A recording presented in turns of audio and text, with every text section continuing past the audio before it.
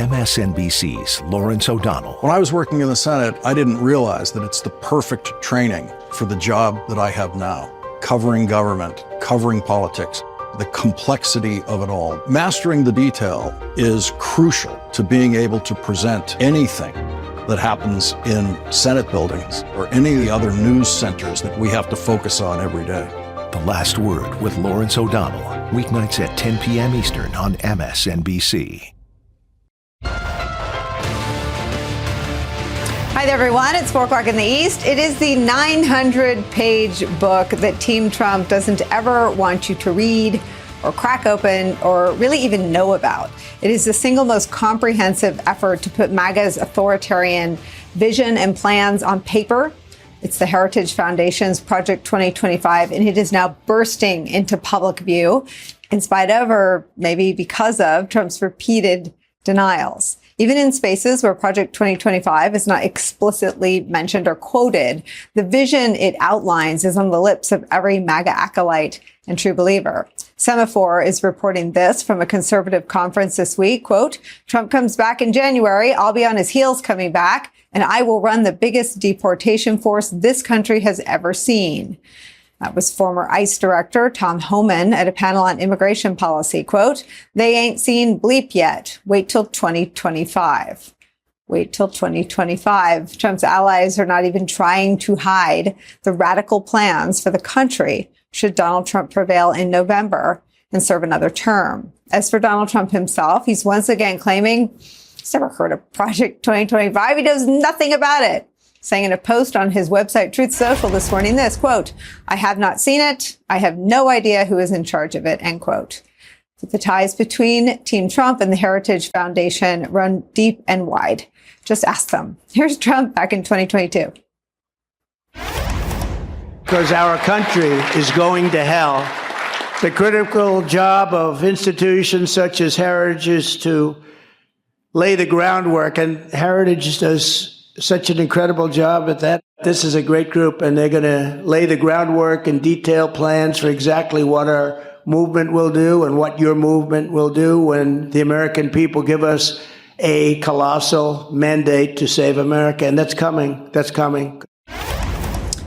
And it turns out that the Heritage Foundation agrees wholeheartedly with what Trump just said about them. Here's the director of Project 2025 on a podcast in a clip unearthed by Media Matters. I think, President Trump's very bought in with this. We're fortunate to have John McEntee, who many of your listeners may know was helmed the Office of Presidential Personnel in what I would call the fourth quarter of the first term of Trump. But he is one of our senior advisors. The Heritage Foundation will even play a large and public role at Trump's coronation as the head of the Republican Party next week at the convention in Milwaukee. The Milwaukee Journal-Sentinel reports this, quote, the Heritage Foundation, that D.C.-based think tank that produced Project 2025, is among the sponsors of the convention in Milwaukee. The group is touted as a convention partner on the RNC host committee's website, and Heritage plans to hold a day-long policy fest in downtown Milwaukee Monday, the opening day of a convention in which Trump will officially receive the Republican nomination for president. Project 2025 and its autocratic vision for the country simply underscoring once again the stakes of the November election. It's where we start again today with some of our favorite reporters and friends. The president of Media Matters for America, Angelo, Caruson, is back with us. Plus, NBC News correspondent, my friend and colleague Vaughn Hillyard, is back. And former top prosecutor at the Department of Justice, MSNBC legal analyst Andrew Weissmann is back. Vaughn Hillyard, I know you've been pouring through this on our behalf. What do you make? I mean, they are one and the same. McEntee is as central. He figured prominently in some of the taped depositions from the January 6th Select Committee. He was the guy that Ginny Thomas handed the loyalty list to. I mean, he's been in charge of the loyalty oath and the kinds of people and the staff being pure enough and Trumpy enough since the first Trump term. He's a Project 2025 guy who's so proud of his association. He talks about it on TV. Talk about this bizarre effort to distance Trump from Project 2025.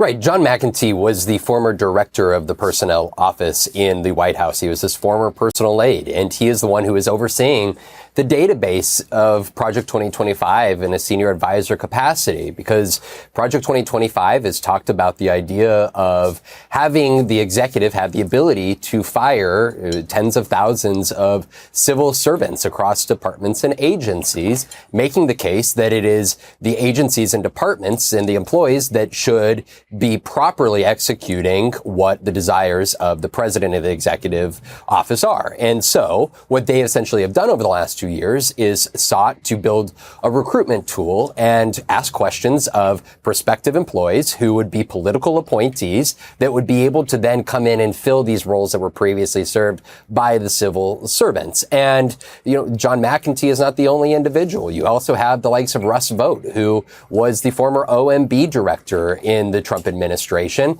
and he is one of the leading authors of Project 2025, that 900-page policy roadmap. But also, again, this is where Donald Trump, and almost in a way I feel bad for the folks at Project 2025 and the Heritage Foundation for Donald Trump trying to disassociate himself, because these are folks who were doing this work on behalf of him, and somebody, as that clip shows, wholly understood that they were doing this work on behalf of him. Russ Vought not only was a leading author of Project 2025, but also is the policy director of the RNC's platform committee, which just this week released their own platform. And so essentially he had his hand in writing both. And again, this is where that intersection between the two is so strong. And frankly, it is very difficult for Donald Trump, who used Heritage Foundation in 2016 to help build out his personnel and policies for his first administration, to have a blanket denial of his association or familiarity with them. Andrew Weissmann, when I asked Angelo last week, we were talking about this, and I think we were talking about deportation, or we were talking about DOJ, and he said, this isn't even the scariest thing in it. And when I came back and asked him what is, he said it's granularity. We asked you, with that in mind, to read the FBI DOJ section for its granularity and report back. Tell us what you found and what you thought. Sure. And I think I'm going to give you one illustration that I think explains why you are seeing this effort to backpedal, to say I'm disassociating from it. There's so much in here. Obviously, it's 900 pages. There's a huge section on the Department of Justice. But let me give something that is in black and white for viewers on page 562. 562, you can see it in black and white. You don't have to take anyone's word for it. It is criminalizing, that is enforcing by criminal law, the shipping of anything that could in any way promote getting an abortion. Any material. The criminal law is any article, instrument, substance, drug, medicine, or thing which is advertised or described in a manner calculated to lead another person to produce an abortion. That is explicitly called on to seek enforcement of the criminal law with respect to eradicating the ability to in any way facilitate an abortion. I should say the same criminal laws also apply to anything that would interfere with conception. So one of the things when Donald Trump says, I'm distancing myself, one question that should be put to him is, what about this provision? This is in black and white. Do you agree with this? Or are you going to say, no, that was done without authorization? I had no idea, and I completely reject that as a possibility. So this is just one example. There are a lot more esoteric examples, things that I care about as in terms of the independence of the Department of Justice. But if you want something that goes to real people's lives in this country, on page 562, you can read it in black and white. Well, the luxury of having 2 hours is we don't really need to get beyond this section, because we have the next hour and we have tomorrow. So let me stay right here. Vaughn, Hillyard, has anyone had access to Trump since people have become more fluent with these kinds of details inside Project 2025 to ask him, yet this question that Andrew points out about, I think it's, let me read it. Let me put it up here. It's about enforcing the Comstock Act, right, Andrew? And it says federal law prohibits mailing every article, instrument, substance, drug, medicine, or thing which is advertised or described in a manner calculated to lead another to use or apply it for producing abortion. Following the Supreme Court's decision in Dobbs, there is now no federal prohibition on the enforcement of the statute. The Department of Justice in the next conservative administration should therefore announce its intent to enforce federal law against providers and distributors of such pills. Has anyone had a chance to ask him about that yet?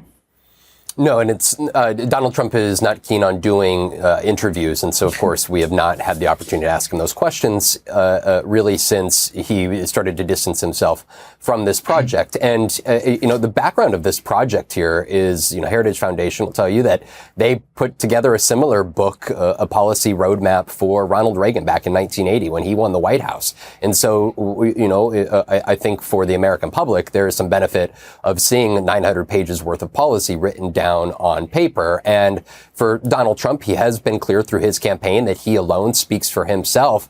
Yet at the same time, there are folks like Stephen Miller, who continues to work in the capacity of an advisor to Project 2025 and an advisor to Donald Trump. Caroline Leavitt, who is his current press secretary, is featured in Project 2025 promotional material online. Ben Carson, the former secretary, is one of the authors as well of Project 2025 chapters. And so for Donald Trump, I think this is where this is all going to be coming to a head, where some of these conservative organizations, I want to be clear, it's not just Heritage Foundation, more than 100 other groups have backed and allied this project, including the likes of Turning Point USA, led by Charlie Kirk. And each of these different organizations understands that a potential majority in Congress and having Donald Trump back in the White House is an opportunity to enact policy that they have long sought. And so for these organizations, there is a reckoning that Donald Trump can be used as a powerful tool to go and see this through. Yet at the same time, Donald Trump and his campaign team understand they need to win an election 4 months from now, and not every one of the policies stipulated in these 900 pages is exactly popular among the vast majority of Americans. Well, and again, this is why I don't want to zip through this, Angelo. This one is wildly unpopular, and even Trump knows that, because his abortion bans and the abortion bans he supports and the abortion bans supported by the kinds of justices he put on the Supreme Court and on the federal bench support brutal abortion bans. They're being rejected in places like Kansas and Ohio and North Carolina. And I wonder, just as someone, Angelo, who's an expert at sort of the intersection between the flurry and the blur of extremism that comes from the Trump movement and some of the challenges the press has in covering it, how you would advise the press to sort of hit pause and stop on this single outrageous piece of this 900-page document. I think it starts with the recognition that, and that's where you started the segment too, which is that they're one and the same, despite what's being said, despite the distancing. And in fact, the fact that Trump is trying to distance itself, how that fallout plays out is illustrative. Because as much as he's saying this, which shows that he realizes it's unpopular and could have political consequences, the way the rest of the movement, and in particular, the way Heritage Foundation is responding, is important. And so Kevin Roberts, the guy that talked about, a bloodless revolution, if everybody sort of allows them to go forward with this, which sort of started this spiral of distancing, was just on a radio show yesterday talking about the fact that if you look at what the RNC put out, what Trump's campaign says, and what Project 2025 says, the overlap is tremendous, and that he understands the political calculation for Trump to be saying these things publicly, but that they're still moving forward in lockstep.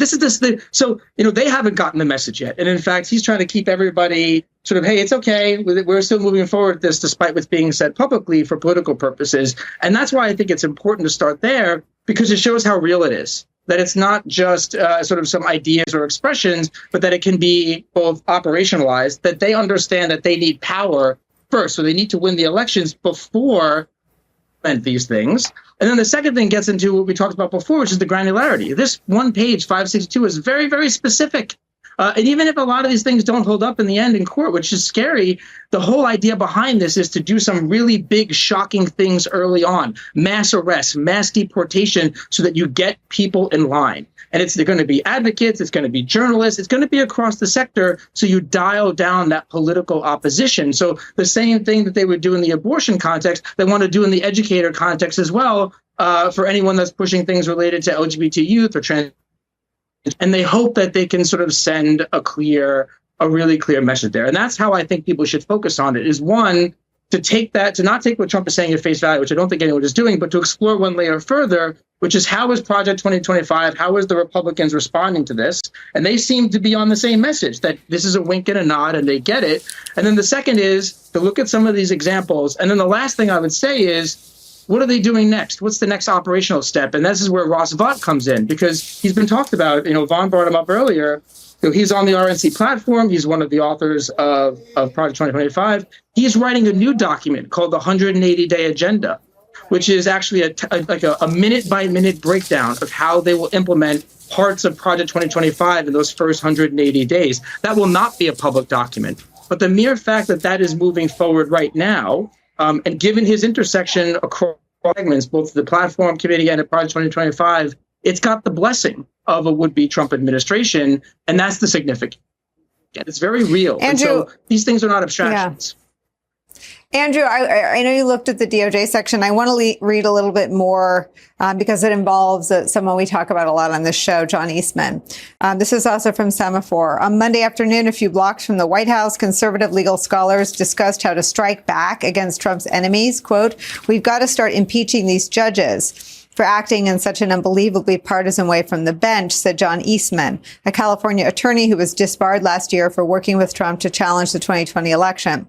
Quote, "People who have used this tool against people like John or President Trump have to be prosecuted by Republican or conservative district attorneys in exactly the same way for exactly the same kinds of things until they stop," said Berkeley law professor John Yoo. So that's the plan. If you're Alvin Bragg or Fani Willis or Jack Smith, how do you prepare?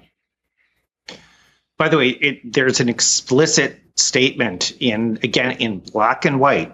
You can just go, you don't have to trust anything we're saying. You can see it for yourselves that says they're going to go after local district attorneys. Gee, I wonder where that idea came from. The idea that is not in any way connected to Donald Trump seems fanciful and really sort of it shows such disrespect for his own followers to think someone would believe that. This is where what I'd like to say is facts and law matter. But what I would say is facts and law matter on Earth One.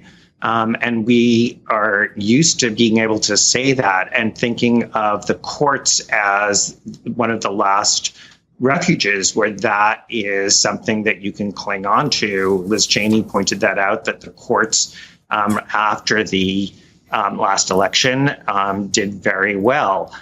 But, now we are seeing at the very top, when you have the Supreme Court of the United States completely throwing facts aside in various opinions and issuing a presidential immunity decision that no one expected because it's so untethered to legal principles, to the history of this country, to the separation of powers, to checks and balances.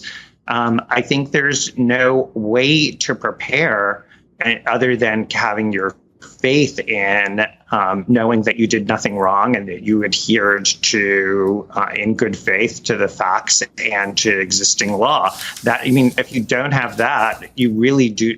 That is not going to be a salvation. We are not going to be America anymore. Angelo, I just want to give you a follow-up on that, because that is the plan in black and white, and they seek to. They seek to do these things through fear and force, but they seek to end this idea of the courts and the rule of law existing with those of us on Earth One. That's not how it works anymore.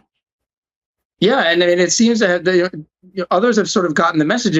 One of the top contenders for VP, Senator Vance, was on Meet the Press just past this Sunday and was asked about this very issue of prosecuting political opponents. And he basically rationalized it. He said, well, he basically adopted this idea of revenge, that, you maybe should have a special prosecutor for Joe Biden, that you should you should investigate these things. If there's nothing to worry about, then they have nothing to worry about with the special prosecutor. Instead of starting with the perspective that we shouldn't be sort of manipulating the DOJ and using it in that way to go after political opponents. And I think that's the real fear here, is that one of the effects of having this massive right-wing media apparatus that can sort of take these ideas is that it doesn't just take the idea, it can reverberate it through the rest of the right-wing ecosystem to basically function the way a whip would in Congress, to get people in line. And that's really what's happened, is that this is not something that is on the fringes now. This is something that has been sort of put right through the center of the Republican power. And so to your question before,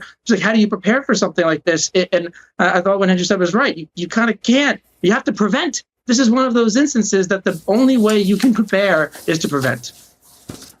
To prevent Donald Trump from ever becoming president, to prevent the only person anyone worried about when the Supreme Court ruled on absolute immunity for official acts.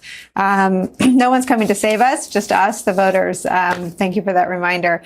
We will go through this. I don't know if we'll get through page by page, but we'll go through section by section with your help. Angelo and Andrew, thank you very much for reading it for us and helping us sift through it. Vaughn Hillyard will be back later in the hour. When we come back, there's no more important or frankly electric surrogate these days for President Joe Biden in making this case that Donald Trump is dangerous and wholly unfit to serve as our nation's president than the other half of the ticket, Vice President Kamala Harris. We'll look at her busy week of campaigning and some new reporting on what's going on at the White House. Plus, not to be outdone by President Joe Biden's meetings with heads of state this week, Donald Trump is leading the authoritarian wing of the world, meeting today in his Florida home with Hungarian Prime Minister Viktor Orban. And later tonight, President Joe Biden's first solo news conference in many months. Stakes couldn't be higher for our democracy. We'll bring that to you live. I'll join my colleagues Rachel Maddow and Joy Reid for full analysis afterward. All those stories and more when Deadline White House continues after a quick break. Don't go anywhere. A U.S. senator destroyed by blackmail. He was not bound by the truth or by facts. The country's most outrageous political demagogue ascending toward the peak of American power. Millions upon millions of devoted followers. This is a story of heroes willing to face down tyranny and the risk to the country if they fail. Rachel Maddow presents Ultra, Season 2 of the chart-topping original podcast. Listen now on Amazon Music.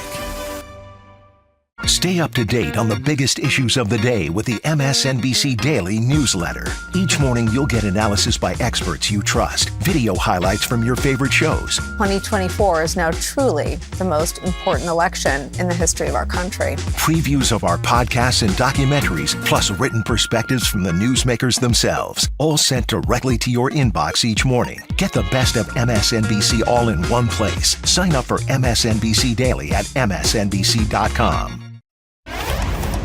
Donald Trump has openly vowed, if reelected, he'll be a dictator on day one.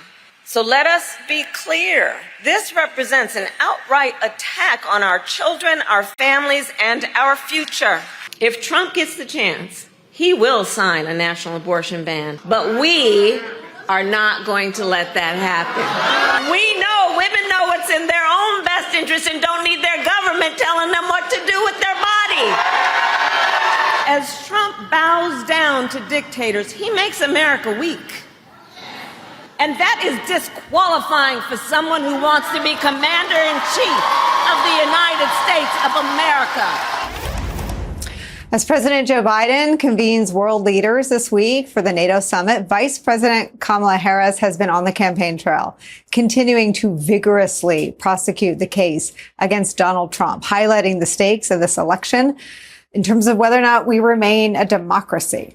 Vice President Harris's campaign tour comes amid growing angst and chatter, even within the Biden campaign and allies themselves, about whether or not the vice president might be better equipped to prevail in November after President Joe Biden's performance in the first debate. New York Times out this afternoon with this reporting, quote, President Biden's campaign is quietly testing the strength of Vice President Kamala Harris. against former President Trump in a head-to-head survey of voters. The survey, which is being conducted this week and was commissioned by the Biden campaign's analytics team, is believed to be the first time since the debate that Mr. Biden's aides have sought to measure how the vice president would fare at the top of the ticket. The results of that survey could determine whether Joe Biden remains at the top of the ticket. New York Times also reporting that a key group of advisors to the president believe that the strength of the vice president might sway his decision to stay in this race. Quote, a small group of Mr. Biden's advisors in the administration and the campaign have said they would have to convince the president of several things. They said they would have to make the case to the president, who remains convinced of the strength of his campaign, that he cannot win against former President Donald Trump. They have to persuade him to believe that another candidate, like Vice President Kamala Harris, could beat Mr. Trump. And they have to assure Mr. Biden that should he step aside, the process to choose another candidate would be orderly and not devolve into chaos in the Democratic Party. In a statement to the New York Times, the White House denied that there was an effort by members of President Biden's team to convince President Biden to exit the race. Joining our coverage, New York Times investigative reporter Mike Schmidt. His byline is on that New York Times reporting about what the president's advisors are discussing behind the scenes, and the president of the Reproductive Freedom for All, folks that we turn to all the time on all matters, is here for this. Mini Timuraju. Mike Schmidt, take me through what you and your colleagues are reporting in the story about the advisors, as well as the story about the president's own political operatives testing Vice President Harris head-to-head with Trump. Well, what we're reporting is that there's a realization among some of these longtime Biden aides that he's going to have to exit the race, and that the biggest obstacle to that will be having to convince him to do that. And the story really encapsulates what the story of the moment is, which is essentially a standoff between Joe Biden and the Democratic Party. The Democratic Party that is around the edges saying some things, but at the top of the party is not coming out and publicly forcefully asking him to get off the ticket, and the president sort of digging his heels in even further. We report in the story that the president had said before the debate that he thought he had a far better chance of beating Trump than the vice president. This is a conviction that he has maintained in the aftermath of the debate. And different from him, there's a realization amongst some aides that his candidacy is not going to work, that it is too far of an uphill battle, that he needs to step aside, and that they have to figure out a way to get him there and to convince him to do that. Mike Schmidt, the advisors that are quoted in both these stories seem to be engaged in a little bit of what Nancy Pelosi was doing yesterday. She showed up on Morning Joe, seemingly speaking to one person known to be in the audience pretty regularly. Is there, the reporting sort of inches at the idea that he's somewhat isolated with just a very, very small group of advisors. Is that how these other advisors see the situation right now? Well, we don't have full visibility into everything that the president is doing and who he's meeting with, but there is a notion among some of these advisors that the president had spent a lot of time with his family in the aftermath of the debate, that there is not a ton of access to a lot of people have to the president, and that's been the case for some time, as the president has been a bit cloistered off. And the question that many Democrats have is the president, getting full advice and full counsel from everyone, and does he have a true appreciation of the polls?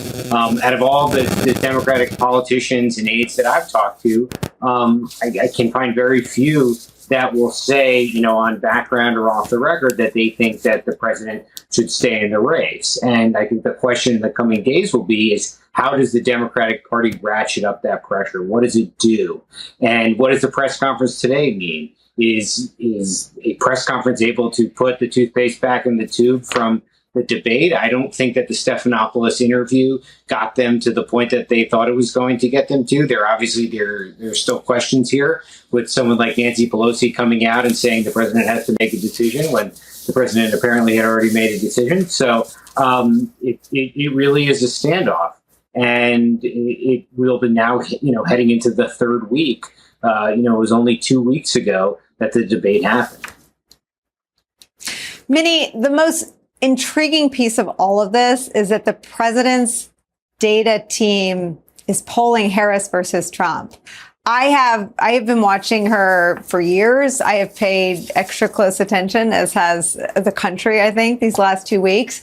And she's always been, I think, his most effective surrogate. She's become electric, not just on the stump, but on the rope line. The attacks against Trump are among the sharpest being offered in the Democratic Party right now.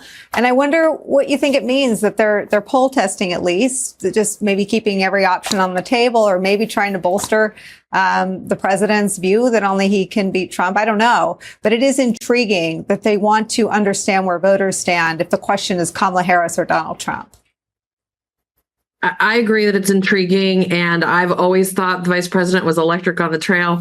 I want to go back to a couple of things, however, that Mike said, because I am a Democrat who you can talk to, who is 100% behind Joe Biden. Reproductive freedom voters, and Nicolle, you and I have talked about this, the base of the party, women, people of color, most of the elected officials who have come forward, like the Congressional Black Caucus, the Congressional Hispanic Caucus. I have 40 million members of my organization. We are in battleground states. We are in Arizona, Georgia, Michigan, Nevada. We are with the president and the vice president. And it is because of his commitment and this administration's demonstration of their work, their incredible success on a progressive agenda that includes reproductive freedom, the fact that they've gone to bat, they've gone to war on our behalf. And yes, Vice President Harris has been tip of the spear. She's been incredibly dynamic in this space, particularly post-Dobbs, really out there like a warrior fighting for so many of us. But we also have to remember, Joe Biden asked Kamala Harris to take on the Reproductive Rights Task Force. He asked her to go out and be the fiercest defender she could for these issues. And it's his administration, his DOJ, his HHS that has been at the Supreme Court on the front lines of this fight at a time where abortion has never been a more popular issue. And when abortion is on the ballot, abortion wins. And right now, reproductive freedom advocates, we're behind Joe Biden. Minnie, in the last block we read from Project 2025, which the vice president has also mentioned in her campaign speeches, the president's been being president this week, so we haven't seen him on the trail. What Trump would do if he wins is to criminalize every aspect of reproductive health care, to enforce the Comstock Act and criminalize the mail. There's an article in The Atlantic today, meticulously reported by Tim Alberta, that says they're preparing not just to win, but to win in a landslide. President Biden is behind nationally. He's behind, more importantly, in the battlegrounds. He's slipped 6 points behind Donald Trump in Wisconsin since the debate. With everything on the line for every woman and every woman's family, what are you feeling about the state of the race? Look, I'm not going to deny that the numbers are scary. However, we know that we are still in the margin. You know, I thought the polling that showed that while a very large number of Americans are concerned about President Biden's age and want him to drop out, when you go head to head with the next question, who would you vote for, Donald Trump or Joe Biden, it tightens up really dramatically. And we look at the map to 270.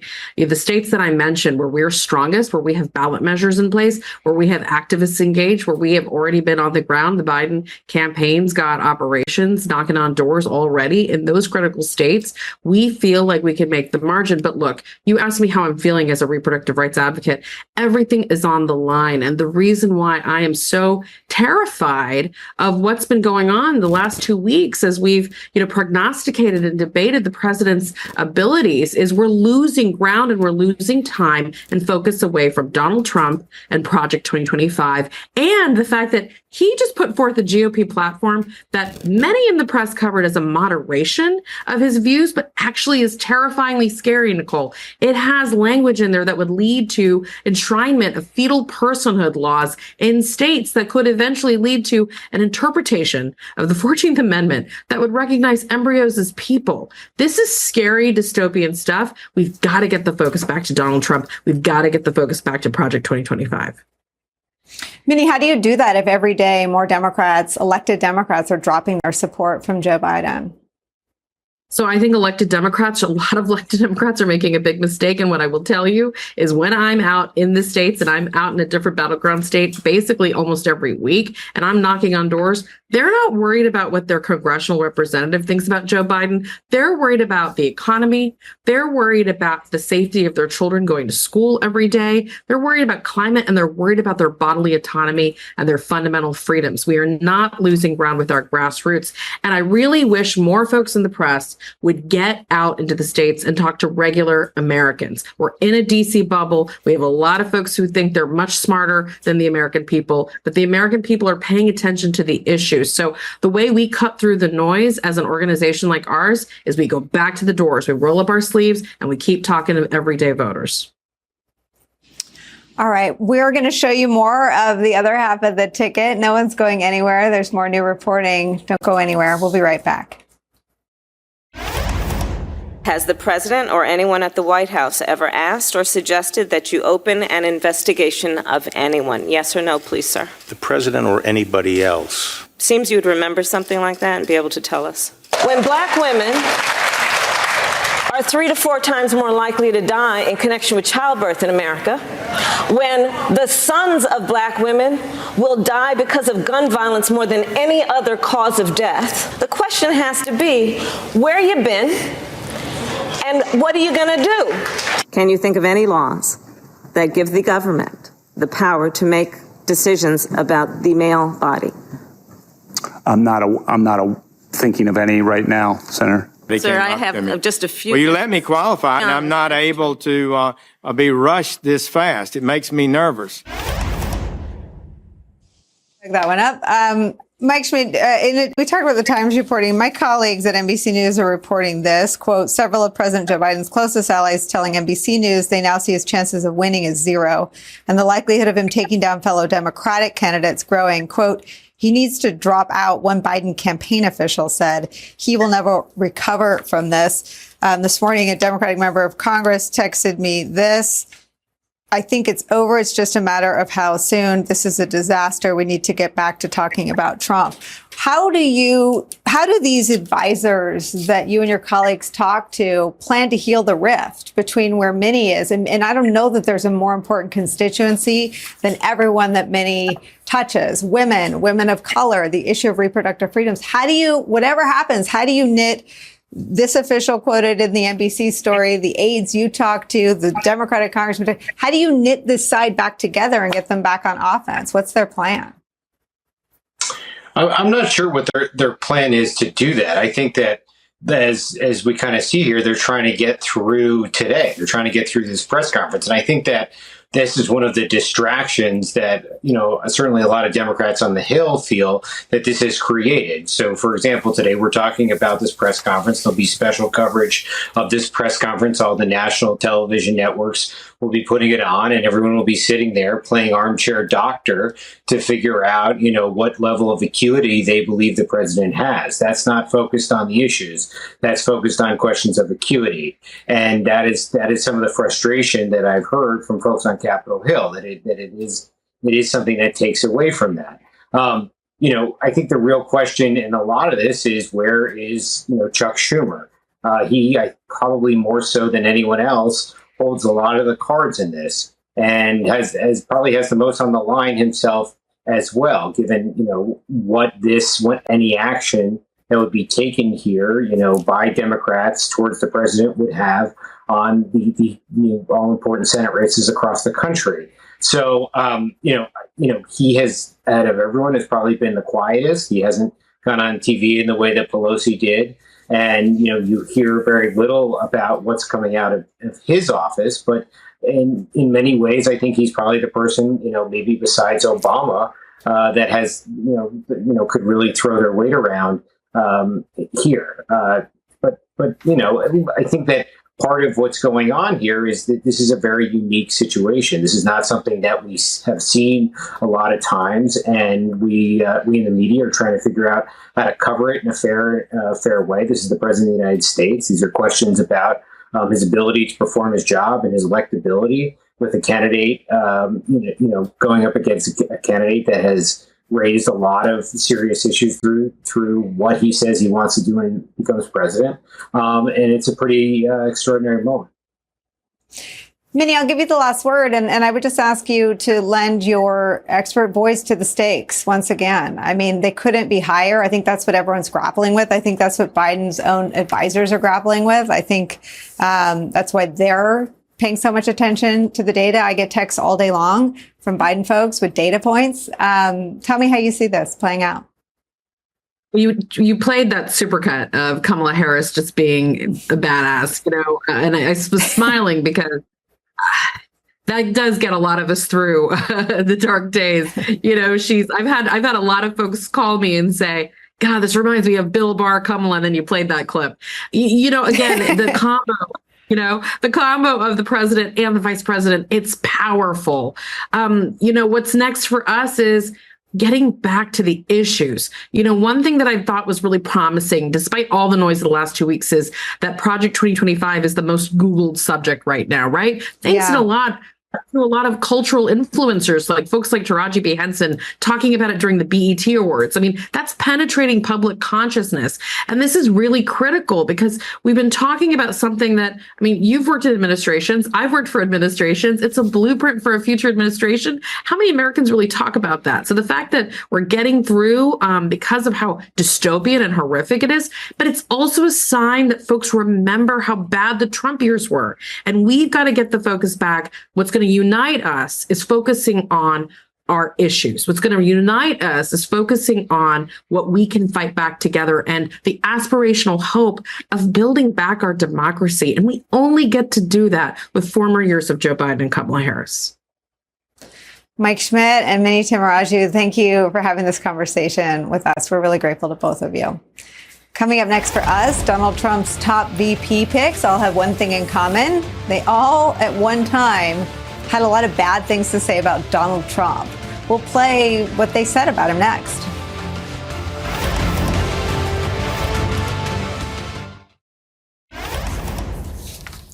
We won't fault you if it's not on your calendar, but the Republican National Convention starts in 4 days, and Donald Trump has yet to announce his running mate. He sent the last guy to be hung at the insurrection. But what has been a years-long campaign featuring some of the most power-craven Trump sycophants, especially in a post-January 6th era, has now whittled down to 3 top contenders who have kissed the ring often enough and enthusiastically enough to be on the list, the short list for Trump's VP pick. They include Ohio Senator J.D. Vance, North Dakota Governor Doug Burgum, and Florida Senator Marco Rubio, once famously nicknamed Little Marco. But before the former Apprentice host makes his next hire, here's what some of those candidates have said about Donald Trump, the disgraced convicted ex-president they now desperate want to serve as his number 2.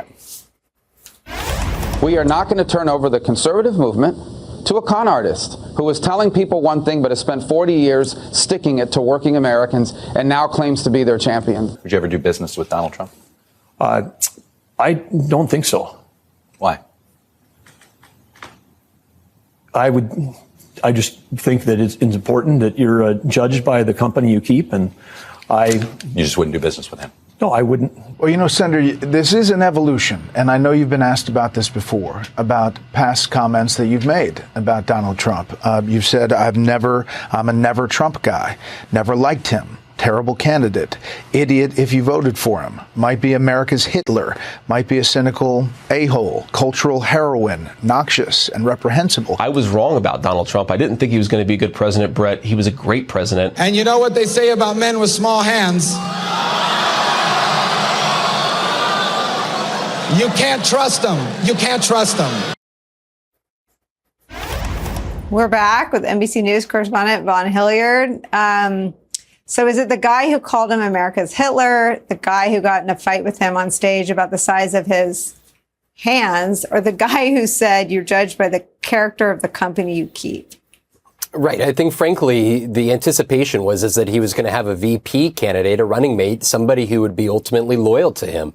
The reason that he threw Mike Pence off the cliff was because ultimately he was loyal for only 4.5 years, not loyal in Donald Trump's mind on January 6th. And when you look at these three finalists, look, it was on the campaign trail with Marco Rubio when he was making some of these comments in that 2016 campaign when he was challenging him. He directly made reference that Donald Trump had, quote, third world strongman rhetoric. The idea that put your faith in me and I'll make things better. He's going to single-handedly do this or that. He went on to say, if he hadn't inherited $200 million, you know where Donald Trump would be right now? Selling watches in Manhattan. It's really a stark contrast, but even more so, the North Dakota governor, Doug Burgum, those comments to our Chuck Todd came just 1 year ago. And it's notable, just in a radio conversation with a right-wing outlet yesterday, Donald Trump, when he was mentioning Doug Burgum, he said that he wasn't so sure about him because he signed a 6-week abortion ban in the state of North Dakota, which may have gone too far, which again brings into the idea that Donald Trump is looking politically at who could be advantageous for him here. Of course, if Marco Rubio were to be the selection, one of them would have to change residencies. And if Marco Rubio were to do that, of course, he would have to step aside his position as U.S. Senator because he represents Florida. So there's a lot on the line here, potentially. But of course, you're looking at potentially that decision coming in Milwaukee at the convention, Nicolle. Vaughn, is there any chance it's none of these three, or is the reporting pretty solid that it's one of these three? Ultimately, I keep getting told that the decision will come from Donald Trump. And I think, frankly, there were some people that have whispered to me, Ben Carson, somebody who had no interest in running for president ever again, somebody who has been loyal to a T to him through not only his time in the administration, but in the 4 years since. But also look at the likes of Congresswoman Elise Stefanik, somebody who was one of the impeachment managers to defend him. And over the course of the last 5 years has been a stalwart defender of his, somebody who has been on the national airwaves trying to strike the strong defense. And most of her public critiques of him were not, public. They were made in private and have been written about. But so I think there is definitely an open question mark. 2 weeks ago, he said that he had made up his mind. But just this week, he is now suggesting that he is still trying to make his decision. And I think one other note on this here, Nicolle, is when you're looking at who that running mate would be, there's serious questions. Who would potentially certify election results and go along with anything come 2029? And Marco Rubio did certify the 2020 election. So I think that there is a lot that we not only are looking at potentially here for this November, but also what that individual, the role they would serve during the administration. Why hasn't he done it yet? What's moved the timing? I think it's a good question. He did suggest this week that he was waiting to see whether Joe Biden would potentially drop off the ticket, that could change his decision-making process. Of course, Tim Scott was a perceived front runner early on when he joined him up on stage at a campaign rally in New Hampshire and then went and was there with him for each of the months that followed. But he's really dropped in this. But potentially Tim Scott, if Kamala Harris were to move to the top of the ticket, would, of course, increase in his consideration. But of course, J.D. Vance, our colleague Henry Gomez is now reporting that Don Jr. is going to be giving the final speech ahead of the VP selection at the convention. He and J.D. Vance have struck up a close relationship over the last 2 years. They share a team of advisors, and potentially that could be indication of which direction he is going. J.D. Vance has really been an outspoken individual who we could get much more into this conversation on the idea of firing the civil workforce. He has been a big proponent of increasing the executive powers to ensure that individuals in the departments and agencies at the civil workforce level are ready to carry out the orders of the president and the executives in the administration. And so I think J.D. Vance is very much the one who has most closely come to speaking the ideas of Project 2025 and the Trump world. And so I think that if he is ultimately their pick, I think that Donald Trump sees somebody who is willing to carry out what he seeks to do inside of his administration in a second term. It's terrifying. Vaughn Hillyard, thank you so much for all your great reporting and for coming back and spending some more time with us. When we come back, Donald Trump's big powwow today with leading autocrat Viktor Orban of Hungary. The next hour of Deadline White House starts after a quick break. Don't go anywhere.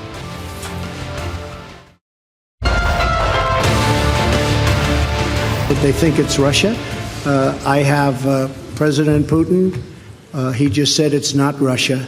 I will say this. I don't see any reason why it would be. So I have great confidence in my intelligence people, but I will tell you that President Putin was extremely strong and powerful in his denial today.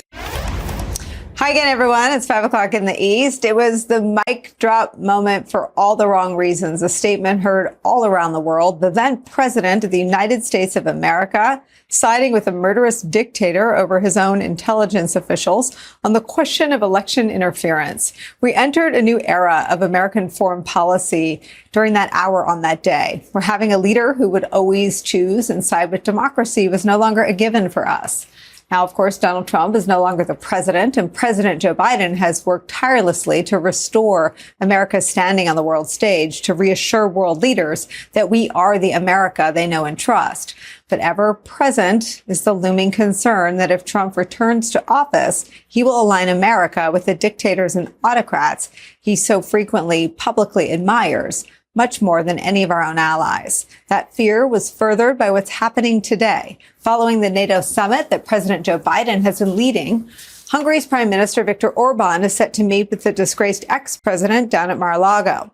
Orban, who's already endorsed Donald Trump for president, has reshaped Hungary's government to keep his own party and friends in power. He's cracked down on the press as well as the independence of Hungary's judiciary. Sounds eerily similar to the objectives laid out in black and white by conservatives here in America in their Project 2025 manifesto. Orban's meeting today with Trump follows a busy calendar of meeting with other autocrats. On Monday, Orban met with China's Xi Jinping, and last week, Orban met with Russian President Vladimir Putin, putting this meeting with Trump in even starker relief. As David Rothkopf puts it, quote, "This is Trump putting it out there again in boldface and red letters in case you missed it the last several hundred times he did it, that he is not only Putin's poodle, but that he now leads a political party that is pro-Putin, pro-Russian, pro-aggression, pro-war crimes, pro-authoritarianism, anti-NATO, anti-Ukraine, and most importantly, anti-American national interests." We heard that message from Trump himself loud and clear when he repeated his threat to our NATO allies at his rally this week.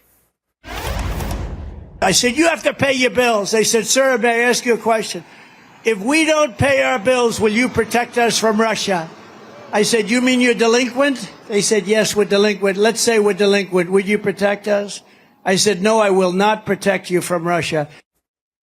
It's where we start the hour with some of our favorite experts and friends. Former U.S. Ambassador to Russia and MSNBC International Affairs analyst Michael McFaul is back, plus former Deputy Assistant Secretary of Defense for Russia, Ukraine, and Eurasia, and Executive Director of the McCain Institute, Evelyn Farkas, is here, and former top State Department official during the Obama administration, Rick Stengel, is here with us.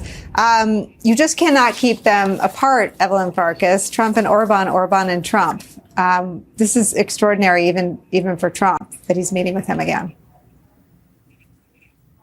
Yeah, I mean, Nicolle, it's pretty horrible. Frankly, Viktor Orban, we should find a way to discipline Hungary within the NATO context for its actions, giving Vladimir Putin a pass, not helping Ukraine with military assistance. He just came from visiting Moscow, visiting Beijing, visiting our adversaries. And now he's going to go see Donald Trump on the heels of the NATO summit, where he was relatively quiet. But one wonders, is he bringing messages from Xi and from Putin to Trump? Because, as you showed the picture from the Helsinki summit, we still don't know what President Trump and Vladimir Putin talked about for over an hour at the Helsinki summit all those many years ago. So Orban is a problem because he's got a recipe, he said, for how to take down a democracy and make it an illiberal democracy, which is just another way of saying not a democracy. Let me show you, Ambassador McFaul, Trump in his own words on Orban and other autocrats. There's nobody that's better, smarter, or a better leader than Viktor Orban. He's fantastic. As you know, the Prime Minister of Hungary and does a great job. is a non-controversial figure because he said this is the way it's going to be, and that's the end of it, right? He's the boss. And you know, he's a great leader, fantastic leader in Europe and all over the world. They respect him. Think of President Xi, central casting, brilliant guy. You know, when I say he's brilliant, everyone says, oh, that's terrible. You call him. Well, he runs 1.4 billion people with an iron fist. Smart, brilliant, everything perfect. I was really being tough, and so was he. And we would go back and forth. And then we fell in love. Okay? No, really. He wrote me beautiful letters. And they're great letters. We fell in love. Ambassador, the last one he was talking about Kim Jong-un, murderous leader of North Korea, who he honored with a visit. It seems, and I don't know if this is possible because I'm always worried about relativity, but it seems that Trump has become more comfortable being more brazenly enthusiastic about the world's most brutal autocrats and dictators. Tragically, I think you're right. I mean, he's had many opportunities if he wanted to distance himself from those horrific comments that you just replayed from 2018, right? It would have been so easy for him. It would be politically easy for him to do. And instead, he just keeps doubling down. He just did it at the rally. He invited Viktor Orban to come see him. He didn't invite President Zelensky. And therefore, I think it's really just a very stark choice that the American people have. Do they want to elect to be the leader of the United States, somebody who embraces dictators, or do they want to elect a president who embraces and supports Democrats? It's just crystal clear. Before they tried to fake it. They would say, that's not what he really meant, Mike, when I would talk to White House officials, and he stands up for democracy, yada, yada, yada. Now it's just black and white. The American people have a choice. Support Democrats or support autocrats. Let me show you what, to me, Rick Stengel, is almost a fetishizing of Vladimir Putin. So you know Vladimir Putin. You think he's a killer? Mm-hmm. I do. Putin's a killer. A lot of killers. We got a lot of killers. Why, you think our country's so innocent? It was when President Bush had said, I've looked in his eyes and saw a soul. I said, looked in your eyes, and I don't think you have a soul. And looked back at me and said, we understand each other. He's running this country, and at least he's a leader, you know, unlike what we have in this country. Yeah, but again, he kills journalists that don't agree with him. Well, I think our country does plenty of killing also, Joe. So. We're laser focused on the stakes of November's election, right? And we spent the better part of 8 years warning about the dangers of Donald Trump. As we, as a country, sort of careen into November, we've got the guy that has nicer things to say about Putin than about any of our Democratic allies out in the lead. What explains that, in your view, Rick Stengel?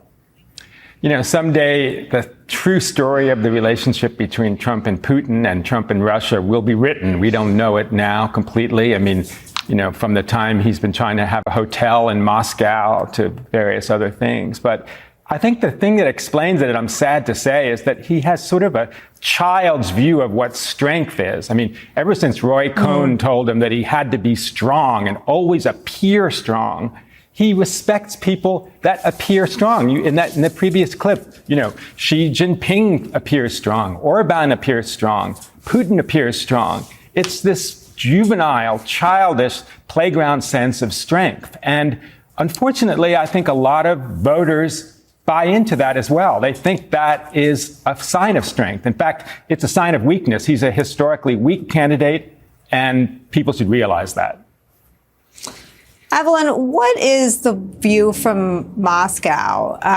There's always been less affection, but a real enthusiasm for playing Trump. Not as slobbery as Trump is to Putin, but Putin seems to always be on the right message as Trump and Tucker Carlson and that whole echo chamber. What is the current view about what's at stake for Russia in November? Yeah, I mean, clearly, Nicolle, the Russians on the Ukrainian battlefield and on the world stage, they're not winning. They're resorting to crazy tactics. You talked about killing in the clips. You know, we talked about killing. All the presidents talked about killing. The Russians, there's new reporting that they tried to assassinate the head of the major German arms manufacturer Rheinmetall, which makes all the ammunition that we are providing to Ukraine. So Vladimir Putin is getting increasingly nervous about his situation in Ukraine. So he's lashing out. He's really upping the ante again. Now targeting Western, businessmen, and also conducting sabotage operations in the West. But he's in a stalemate on the ground. And so he would like Trump to come into office so that he can make a deal, and a deal that would be favorable to Russia and obviously unfavorable to Ukraine. So I see Putin as someone who's quite weak right now, contrary to the way President Trump sees him. But he's hanging in there because he's hoping that Donald Trump will win. And Donald Trump is useful to him. I don't believe that he respects him tremendously. We saw that when Tucker Carlson did the interview with Putin was actually quite dismissive and disrespectful to him if you paid attention. So he regards, I think, all of these Americans who are friendly towards him for their own, weird reasons as useful idiots. And they have no shame, as is proven over and over and over again, because if we can assess that, certainly people could tell them that. Ambassador McFaul, what is Orban doing, shuttling between Putin and Xi and Donald Trump? Well, he does have an alleged peace plan, according to my Ukrainian colleagues that were talking to him. Coincidentally, he was staying in the same hotel here in Washington with President Zelensky and his team. I wonder who put that together. But formally, he has some stupid cockamamie peace plan, so he has some pretense to doing it. But informally, it's a signal. Again, these people are all ideologically aligned. They share a worldview, orthodox conservative values, and they're autocrats. And he is signaling very clearly who he supports. I mean, he's at a rally with Donald Trump. I wonder, is that interference in our elections? And I want to emphasize something that Rick just said. It's very important. This definition of strength, I think we have to radically interrogate. Is it strong to attack a hospital where children with cancer are? I don't think that's strong. Is it strong to kill your opponents, to kill Alexei Navalny? That's not a sign of strength. That's a sign of weakness. And so I think we need to take on, head on, this idea. It is not strong men. These are weak men that use autocratic powers to stay in power. Well, and they're also not the successes that they seem to think they are. I mean, Rick, what you get down to in a kleptocracy and as a democracy staggers and moves toward autocracy, the corruption and the mixing of the state and the personal is one of those hallmarks. And Trump sought to do that before with absolute immunity. We could be guaranteed almost that he would do that to new levels if reelected. What opportunities do the world's autocrats have in that category for someone like Trump? Well, Nicolle, your point is a good one about autocrats. I mean, no business person wants an autocrat running their economy. The economies of autocrats it's awful. It's not flexible. It's not dynamic. I want to make one point, a kind of a double point about Viktor Orban. One, he coincides ideologically with Putin because they are Christian nationalists. They're not just radical authoritarians. They both describe themselves as Christian nationalists. Putin describes Russia as the last white Christian nation. Those are actual words. So this is a kind of poisonous ideology to America. But the other thing I want to say is this. I mean, Hungary is a country of 9.5 million people. That's smaller than New York City, where I am today. It has the GDP of Kansas. We pay way too much attention to Viktor Orban. We should just mostly ignore him. I'm happy to ignore him. I think that where we focus, though, is Trump's instincts. And I think that, Rick, I would just I would look at how Orban played Trump and come back to you on this. This is from the Associated Press's reporting back in April. On Thursday, Viktor Orban accused liberal progressive governments of employing tactics that critics say he himself has used in Hungary, and suggested that the 34 felony counts against Trump for allegedly falsifying business records in connection with hush money payments were politically motivated. Quote, if necessary, they will use government agencies against us. As my American friends say, weaponizing state institutions, Orban said. This happens to us Hungarians constantly in Brussels. This is what is happening to Trump in America, and we encourage him to fight for his own truth, not only in the elections, but also in the courts. I guess, Rick Stengel, the importance of Orban is it's just another, as David Rothkopf said, less than 400, 744, how affectionate Donald Trump feels toward autocrats, not based on the size of their country or their population, but because he wants to emulate them. He wants to put their practices in place here in America. I think that's the Orban story, right? Yes. I mean, in some ways, he's a model. He's a template. He was doing this before Trump was in office, getting rid of checks and balances in his own country. He's also become a kind of a Trump mini-me. But the other thing, the other secret sauce, and I know I'm sounding, going right down to kind of basics again, is that Viktor Orban flatters Trump. Everybody who flatters Trump gets an audience with him. Everybody who flatters Trump gets praise in return. I mean, it doesn't take a genius to realize that's what you have to do. And Orban has been doing that since day one. By the way, the greatest flattery is imitation, and that is what he's doing. Yeah. No one said he was a smart, useful idiot. I think that's in there. All right, no one's going anywhere. We have much more from our panel as Trump seeks to be the leader of this axis of the world's autocrats, while President Joe Biden looks to rally the support of our Democratic allies worldwide. Also ahead, a deeply reported piece of journalism about the disgraced ex-president's campaign, now praying that President Joe Biden stays in the race and on the ticket. Reaction to that reporting later in the hour. Plus, we're just over an hour away from President Biden's news conference tonight, what he has done to prepare for what could be one of the most important nights of his political life. Deadline White House continues after a quick break. Don't go anywhere. When books were banned, this South Dakota community fought back. MSNBC Films presents To Be Destroyed, part of the Turning Point documentary series. Sunday, July 21st at 9 p.m. Eastern on MSNBC. Hey everyone, it's Chris Hayes. This week on my podcast, Why Is This Happening? A crossover with the Strict Scrutiny podcast. My wife, Kate Shaw, her co-hosts Melissa Murray and Leah Lippman joined to discuss the Supreme Court's big decisions this term. The point of the Constitution and the separation of powers is that you don't want any one of these branches to consolidate power in a way that allows them to dwarf any of the others. You have to look at how different this court has been since it became a 6-3 conservative supermajority. The court has just, it seems to me, given a permission structure for Trump to do everything in his wildest imagination he might want to do, but might have been somewhat constrained by the prospect of legal accountability from doing. All of that is now gone. That's this week on Why Is This Happening? Search for Why Is This Happening wherever you're listening right now and follow. And the fact is that over the past few months, the battlefield in Ukraine has shifted, but Ukraine stopped Russia for Kharkiv, number one, and you should be complimented for that. Number two, you've blunted Russia's advances. You've imposed significant cost on Russia, and you made it clear Russia will not prevail in Ukraine. Will not prevail in Ukraine. Ukraine will prevail, and I want you to know we're going to be with you every step of the way. We are back with Ambassador McFaul, Evelyn Farkas, and Rick Stengel. Ambassador McFaul, take me inside Ukraine's view of the NATO meeting this week. Well, for the Ukrainians, it's a mixed outcome, I would say. They are pleased that in the communique, it says that it is now inevitable that they'll become a member of the NATO alliance. They would like to have received an invitation, but they like that language. They like the support that they've seen, and with the president just now, the public support they've seen, and the new pledges of commitment, particularly on air defense. That's very important to them.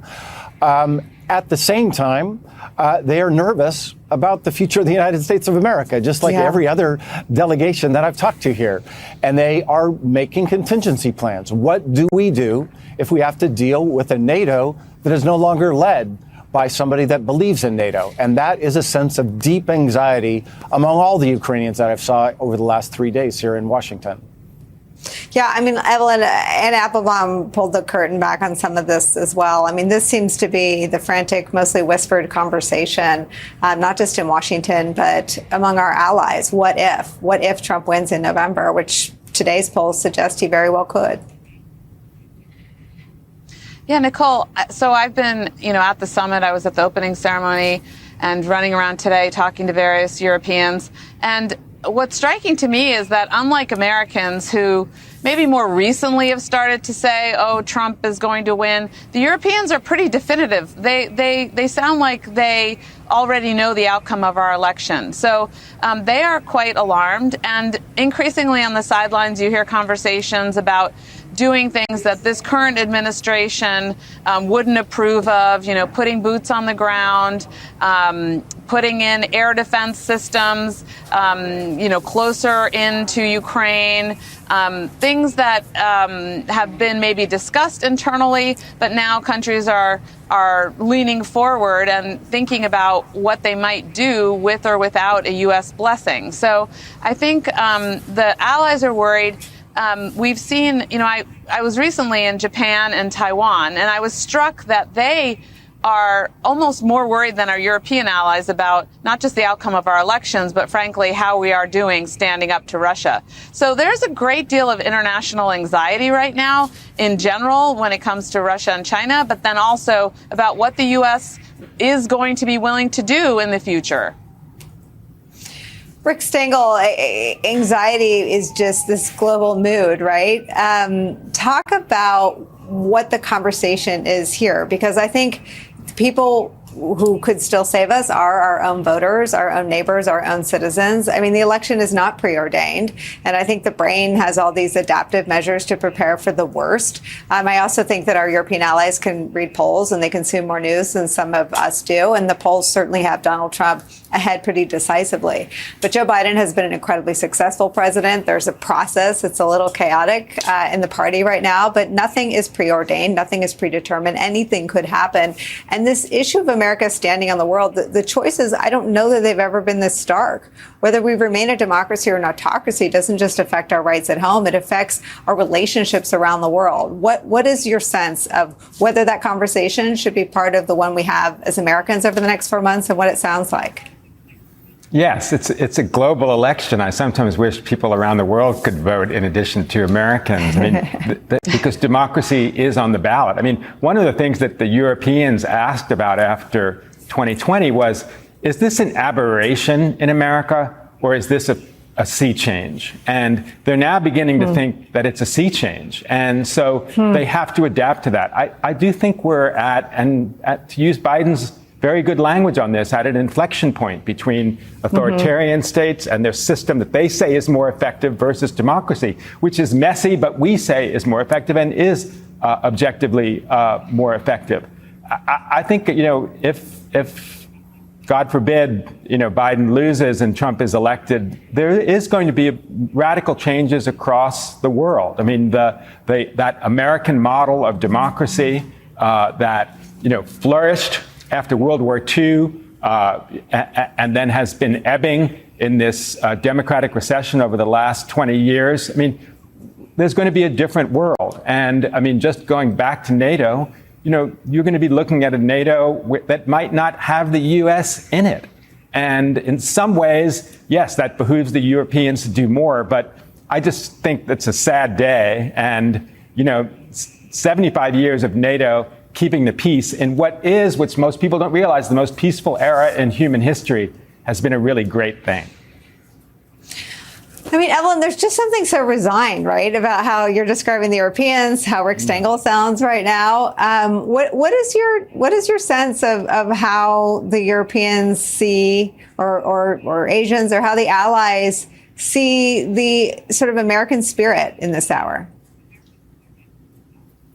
Yeah, I mean, I think they are really taken aback, Nicolle, by what's happening in our political sphere.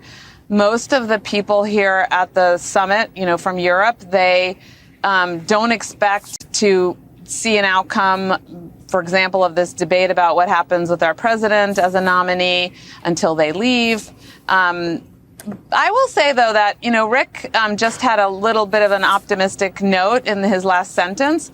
And I do think that on balance, the Europeans feel like they had a good summit. The last summit in Vilnius went really poorly, and that was because there was disagreement that came out publicly with regard to whether Ukraine would become a NATO ally. This time around, there was a lot of preparation that was made. The language was strong, as Ambassador McFaul mentioned. And the Ukrainians also have taken the news in stride, and they've gotten a lot of what they need. I think they're feeling better on the battlefield.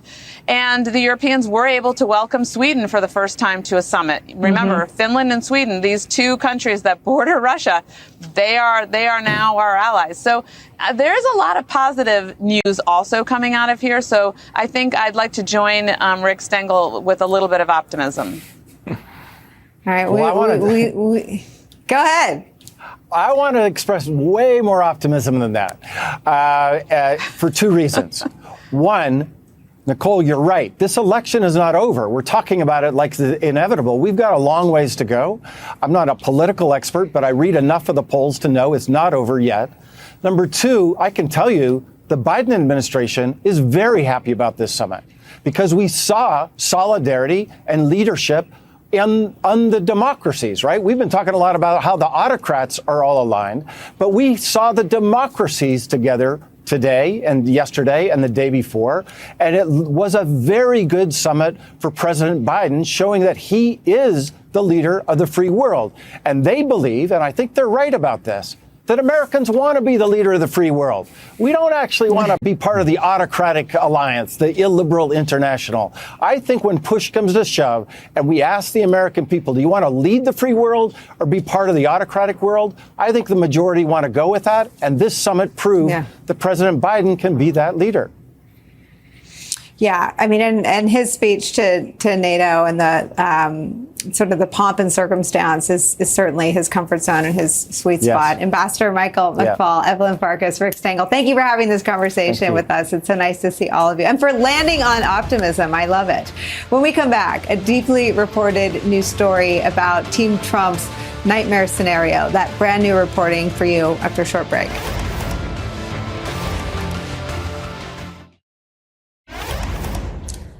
A lot of folks are deeply uncomfortable with the conversations Democrats are discussing, but it is the one thing that Donald Trump and his campaign desperately do not want to happen. According to a stunning and terrifying new piece of reporting from Tim Alberta of The Atlantic, the ex-president's campaign team has centered their entire candidacy on running against and defeating President Joe Biden. There is no plan B. According to Alberta, who spent months interviewing Trump's campaign advisors, Susie Wiles and Chris LaCivita, this is true. Quote, Biden quitting the race would necessitate a dramatic reset, not just for the Democratic Party, but for the Trump campaign. They know their campaign has been engineered in every way, from the voters they target to the viral memes they create to defeat Joe Biden. And privately, they're all but praying that he remains Trump's opponent. Joining our conversation, former Republican Congressman, MSNBC political analyst David Jolly. Also joining us, voting rights attorney, founder of the site Democracy Docket, Marc Elias is here. I know you both got through this whole terrifying piece of reporting, but just on this idea, I feel like for the last 9 years, orienting myself around being for what Trump is against was a good guide that I was going in the right direction. This sort of ties the brain in a knot, Marc Elias.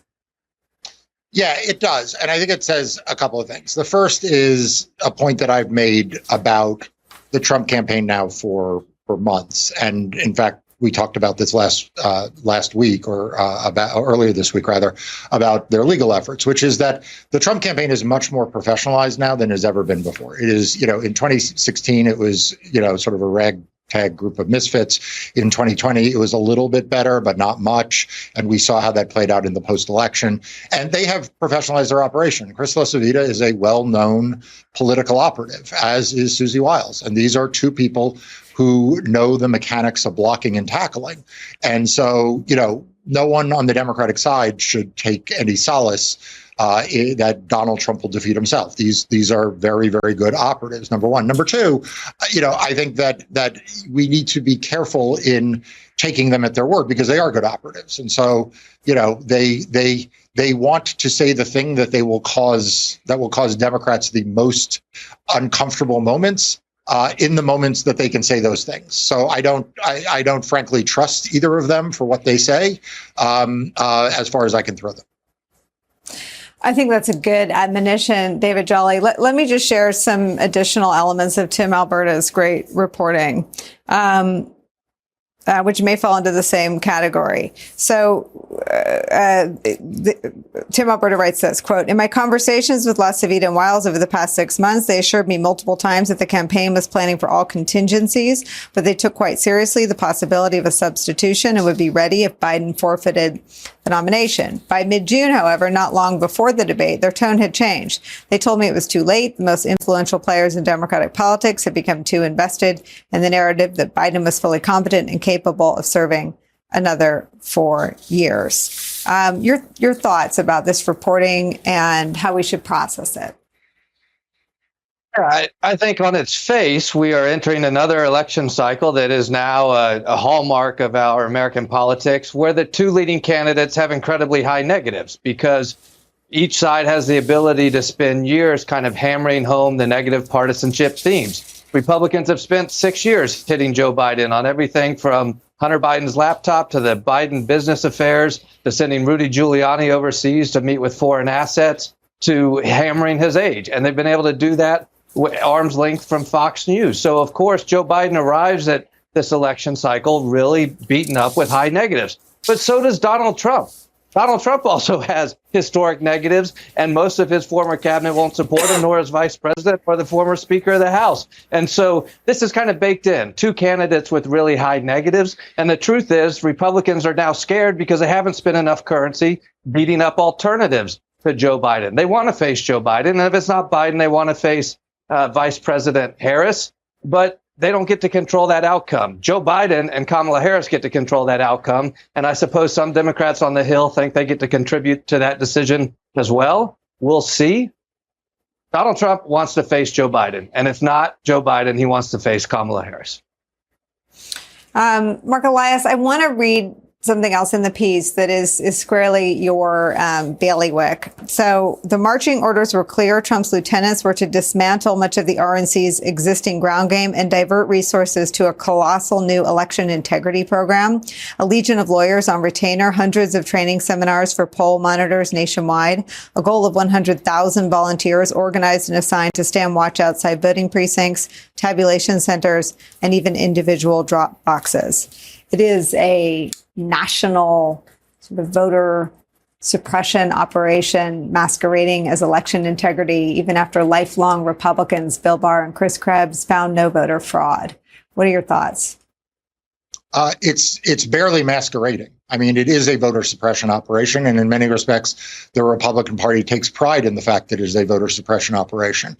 One of the unfortunate things about the last few weeks is that people have lost focus on the voter suppression war machine that Republicans are building and are deploying, as described in this article. As I sit here today, there are 62 lawsuits filed by Republicans and their allies to make it harder to vote. They are using the courts. They are trying to use the courts to literally allow poll challenges, allow Republican Party operatives to intimidate election officials. There was a lawsuit filed yesterday in Arizona in which they are trying to do exactly that. They are saying that laws that protect election officials from intimidation are unconstitutional because they want to harass and intimidate them. They are trying to ban and limit absentee voting. They are trying to undermine the certification of elections. Just today in Nevada, the state had to sue the 3 Republican members of Washoe County's board. This is the second largest county in the state because they refused to certify the accurate results of a primary election. I am here to plead with everyone. Please don't get distracted from the fact that Republicans are trying to make it harder to vote and easier for them to cheat. They are laying the groundwork to subvert the election results. This 100,000 figure may be inflated, but they are going to have a lot of assets and resources on the ground, intimidating election officials, suppressing voting rights, harassing voters, and ultimately trying to overturn free and fair elections. We saw it after 2020, and we are going to see it again in 2024. You know, David Jolly, listening to both of your analysis of this reporting, and Tim Alberta is the best of the best, the cream of the crop in terms of did the incredible reporting about Chris Licht that preceded his exit from CNN. He's done incredible reporting on the MAGA movement, sort of infecting small communities in northern Michigan and otherwise. But you know, I asked what we should do with this and how we use this information with this other sort of analysis in mind. Ruth Ben-Ghiat talking about hopelessness and despair. That one of the tactics, one of the things that Trump and LaCivita and Susie Wiles are seeking to deploy is that people throw up their hands and say, you know, the Trump's so far ahead, it's a foregone conclusion, it's just too late for the Democrats to do anything. And that paralysis is palpable. I mean, I can feel it. And you talk to campaign folks and they haven't done much campaigning. I mean, they will concede that they haven't moved the ball down the field politically in exactly 15 days since debate day 2 weeks ago. Everything is waiting for the next moment. It was Stephanopoulos, and then it was the NATO speech, and now it is tonight's press conference. And I wonder your thoughts on sort of breaking that paralysis and being able to get back on offense to focusing like a laser on Trump's anti-democratic, pro-Orban, pro-Putin autocratic agenda.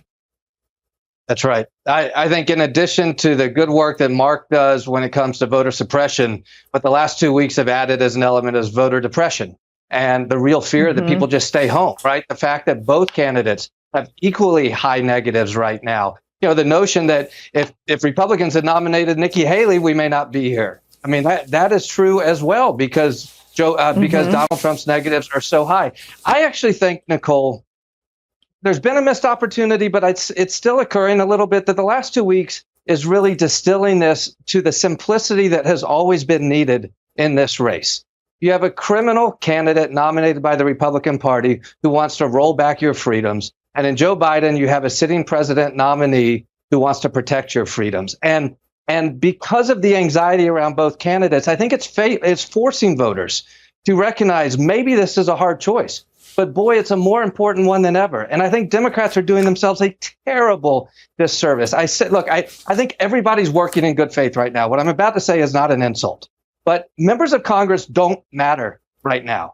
The opinion of House members means nothing right now. What matters is 2,000 delegates that creates a majority of the convention, or the nearly 4,000 that Joe Biden actually won in the primaries and have been pledged to him. Unless there is somebody going to challenge Joe Biden and flip 2,000 delegates into being faithless delegates to Joe Biden, then Democrats need to get in line because the decision was made by Joe Biden and by Vice President Harris. The two of them have decided they are staying in this race. And where I think there's been some confusion around what should have been distilled into an easy contrast, it is because of that noise. This week is a perfect example. You covered it in the show today. The United States has hosted NATO, our allies in freedom, on the theme of protecting the West and protecting countries that can't protect themselves at a time when Donald Trump is hosting Viktor Orban. Every Democrat in the country should be praising Joe Biden's leadership on the world stage for restoring stability and strength to the NATO alliance and restoring order on the world stage in defense of freedom. It is his strongest suit. It is his strongest talent, Joe Biden's. And that is what we should be talking about, not to simply praise Joe Biden, but to draw the contrast with the other candidate who would actually unravel all of our allegiances to freedom in the West. This decision was made. Joe Biden is the nominee until he decides he's not, frankly, Democrats. And I share the unrest of 2 weeks ago, but we don't get to have that unrest now. What we distill this down to is you're either with the criminal candidate nominee of the Republican Party who wants to roll back freedom for you, for your family, for this country, and for the West, or you're with the incumbent Democratic nominee who's going to fight for freedom every day. It's that simple. And I think the confusion and the unrest of the last 2 weeks could actually distill it down and get us there. All right, we're going to keep this going. No one's going anywhere. I have to sneak in a short break. Stay with us. I appreciate everything David Jolly just said, but Marc, Elias, let me do what this show has sought to do for 9 years, which is try to close the gap between what people say privately and what is said on live TV. This is from a super donor. This is a pathetic display. We're no better than they are, mouthing talking points that no one believes. A Democratic member of Congress texted me this morning and said it's almost over, just waiting for someone to pull the plug. This is about Joe Biden's candidacy. This is what my colleagues, Jonathan Allen and Carol Lee, reported today. Quote, several of President Joe Biden's closest allies, including 3 people who are directly involved in efforts to reelect him, told NBC News they now see his chances of winning at 0. And the likelihood of him taking down fellow Democratic candidates growing. Quote, he needs to drop out, one Biden campaign official said. He will never recover from this. My phone is full of Biden allies sending me poll numbers, sending me statements from Democratic members of Congress who have defected and who said they have gone home and received no criticism, but praise from their constituents for doing it. This is not a president or a campaign season about whether tax cuts go up or down. It is not a campaign season that is about whose health plan. This is about whether there is a health plan. This is about whether there is a democracy. This is about whether in January we're covering mass arrests of the Clinton, the Obamas, and the Bidens. And I want to know from you, Marc Elias, when the public conversation will match the private one. So look, I think you're seeing day by day, including today, there are different statements from different members that are coming out on all different sides of this. And that is part of this process that we are unfortunately been stuck in the last 2 weeks, as you point out. I do want to add one thing to a point you made, though, when you asked David his last question about, who benefits from the cynicism that none of this matters. And the only person who benefits from the cynicism that none of this matters is Donald Trump. The only person who will benefit from people staying home is Donald Trump. And so it is important that when this political process sorts itself out, as it will need to, because the convention is coming upon us, that all Democrats and all right-thinking people reject the cynicism that is being offered to them by Crystal Savita and Susie Wiles, that they reject the cynicism that Donald Trump wants to seep into the discussion, and that we understand the importance of the threats to democracy. I mean, David Jolly, I guess I come back to you with the question of what now distinguishes the two parties when you've got Republicans who've long said something very different about Donald Trump in private than they do in public, right? Sure. You now have the same thing happening in the Democratic Party. Among elected officials. And I think this is very important because just as we would suggest that top Democrats might be gaslighting. And I use that term about the White House staff in the first 72 hours after the debate. I remain unsettled by what I saw, but I accept the reality that Joe Biden has said, trust me, I can do this. And he made the decision to stay in. And so now it's a contrast. And so this is where I would suggest the parties are different. If that donor that was quoted or that anonymous elected official or that Democratic leader who is quoted saying, we have to do something, we have to pull the plug on Biden, you're undermining democracy because you're invalidating 14 million votes of Democrats across the country that handed Joe Biden the nomination. There were 16 million Democrats that participated in the Democratic primary to choose their nominee. Over 14 million chose Joe Biden. 2 million chose somebody else. And the notion that members of Congress or a machine or a donor is going to come in and say, hey, voters, no. You don't really control the party. We do. It's the most Republican thing of all that Democrats could do in this moment. And that's where they would ultimately fail the test about democracy. This isn't easy. It's not good.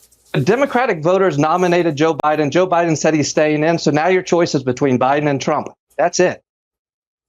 Well, I don't think anyone is saying that the party leaders have any power at all because they wouldn't be texting reporters. Well, they think if they do, did, Nicolle. Right? But I don't think anybody does.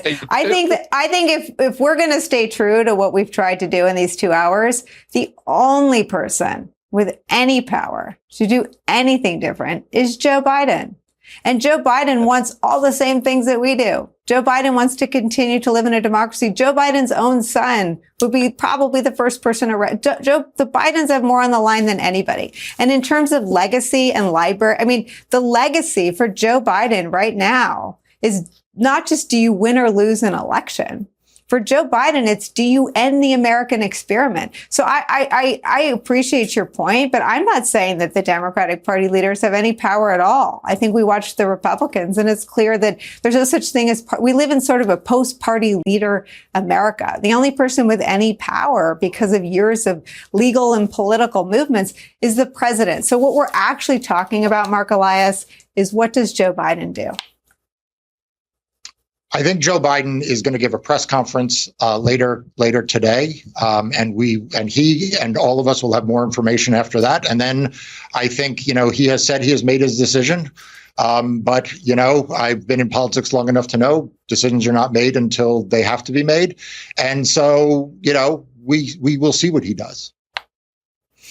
David Jolly, I hate when I feel like we're misaligned in what we're saying. I'm not saying anything different than you are. It's obvious. There's nobody with no one can make Joe Biden do anything. I guess my question to you is, what does Joe Biden do? Yeah, so Nicolle, we're not actually misaligned. I think you and I see this correctly, which is the only person that can make a decision is Joe Biden. And Joe Biden made that decision, but leading Democrats don't like it. Well, sorry. I mean, look, voters made their decision. Joe Biden made his decision. If you're a leading Democrat who doesn't like it, your job is not to tank your nominee, because that will give us Donald Trump. Your job is to unify. Now, privately, if you want to continue your conversations with your nominee, and if circumstances change, and if Joe Biden himself decides, maybe now's not the time, maybe I should step back, then unify around that decision. Joe Biden gave you his decision. And if you're a donor who doesn't want to give another dollar, fine, risk giving us Donald Trump. If you're a leading Democrat who refuses to listen to your nominee, recognize you're just refusing to listen to him, because you don't have any power in this say. So you can have as many meetings over on the Hill as you want, but you're sitting around a campfire, patting each other on the back, and it's not making a bit of difference. Joe Biden made his decision. If you don't like it, it's too bad. If he changes his mind, maybe you'll like it, but he's not changing his mind right now. He's your nominee. You're with him or you're with Donald Trump. I get it. It's a hard situation for all of us. But Biden will protect freedom on the world stage, protect American democracy. Donald Trump will end it. It's that simple. Marc, Elias, what's your sense of how far we are from getting beyond this and back to a contrast with Joe Biden and Donald Trump? So, as I said, we have a Democratic convention that is coming up. We have a Republican convention that's coming up that will almost certainly take up a lot of oxygen, as they usually do. He'll also announce his vice presidential nominee, and that will be the source of discussion, no matter who he chooses among the misfits that he is considering. There will be a lot to talk about what it means for the direction of the country if Donald Trump and that individual were to be in office. And then we'll have the Democratic convention. And that will be a political story unto itself. I guess my point, Nicolle, is that every day that goes by, I am seeing the effects that were described in that story of the Republican prioritizing, not knocking on doors, not persuading voters, but intimidating election officials and changing laws to make it harder to vote. And every day that goes by that we are not focused on that is the day we are not focused on the threat to democracy. When we get to November 5th, people are going to be asking, why did this happen? Why weren't we more prepared for this? And I'm here to say that, today my team won a big victory in the Wisconsin Court of Appeals that will make voting by mail easier and ballots will count. We won a big case that you and I talked about in Wisconsin about ballot drop boxes. The federal court in Alabama today took a big step in ensuring black voting rights in Alabama.